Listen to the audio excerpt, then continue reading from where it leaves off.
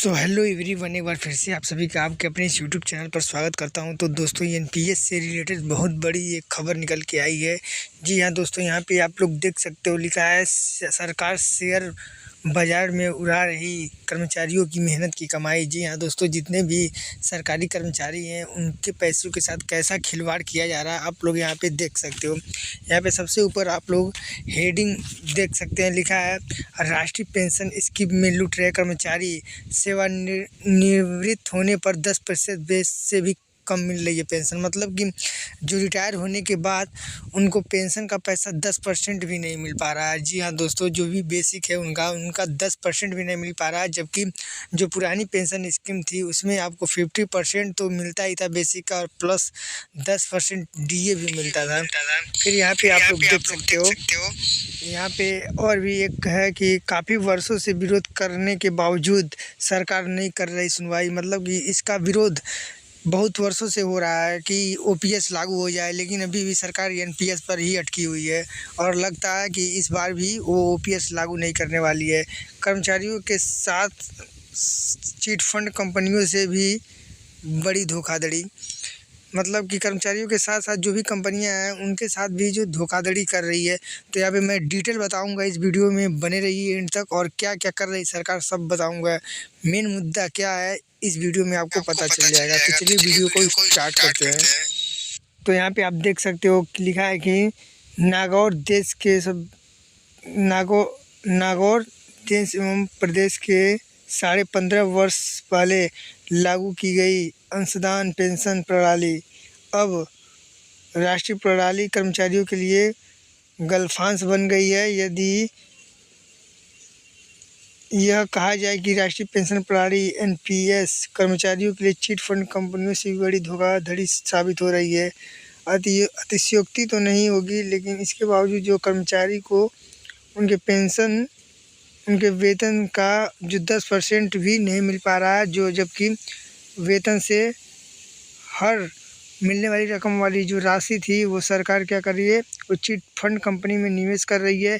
ऐसे में कर्मचारियों के सेवानिवृत्त के समय शेयर मार्केट 1947 के पूर्वी एशिया या 2008 के विश्वव्यापी मंदी के दौर की तरह गिर जाता है और सारा पैसा डूब जाएगा और सरकार हाथ खड़े कर देगी।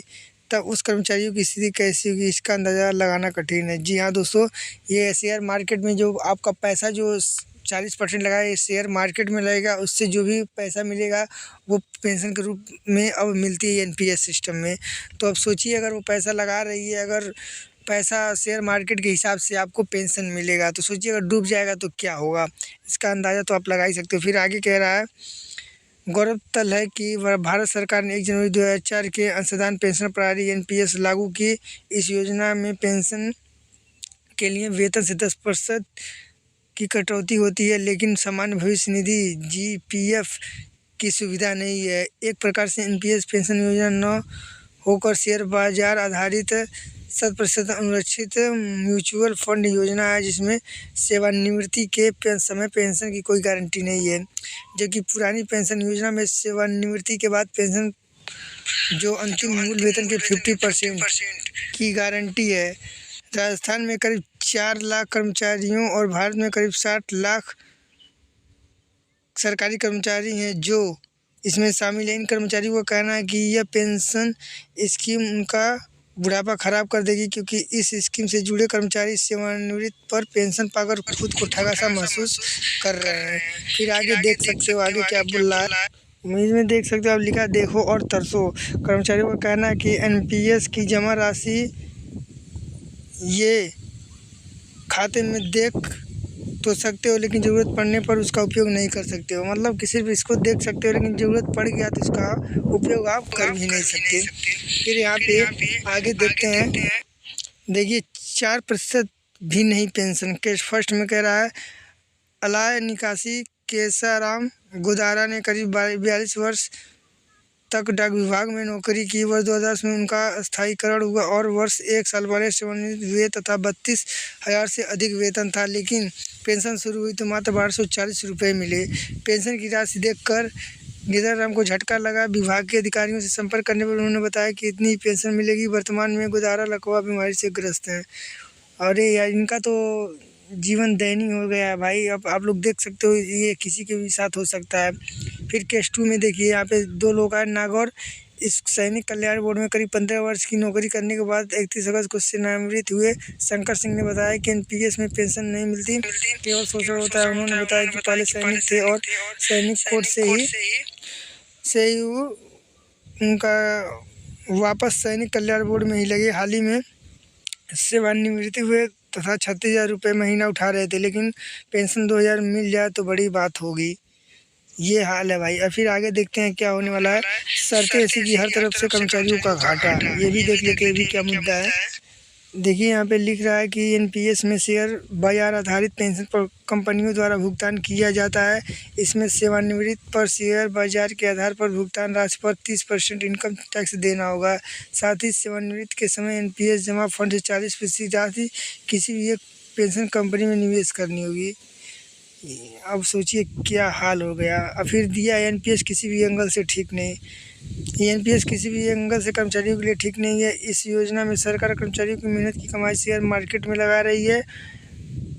उसके कारण सेवानिवृत्त के बाद कर्मचारी अपने आप को ठगा महसूस करते हैं। हमारा संगठन लगातार इसका विरोध कर रहा है और आगे भी करता रहेगा।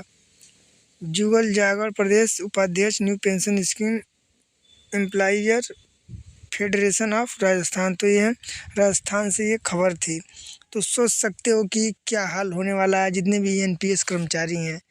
तो आप लोगों को मिल के आवाज़ उठाना है इसके विरुद्ध और सबको शेयर करो अपने दोस्तों को भी कि देखो दोस्त क्या होने वाला है, तभी जाके ये बंद होगा एनपीएस। और ओपीएस लागू ना हो, लेकिन इसमें कुछ सुधार होना चाहिए कि 40% तक ही मिल जाए पेंशन, तभी बहुत रहता है। जैसे आपका जितना बेसिक है उसका 40% ही पेंशन मिले तो भी बहुत फ़ायदा होगा कर्मचारियों को। यहाँ पे तो 4% भी पेंशन नहीं मिल रहा। तो सोचिए आगे बुढ़ापे में क्या हाल होने वाला है। तो ज़्यादा से ज़्यादा वीडियो को शेयर करें और अपने दोस्तों तक पहुंचाएं जितने भी सरकारी कर्मचारी हैं। मिलते हैं अगली वीडियो में, तब तक के लिए जय हिंद, वंदे मातरम।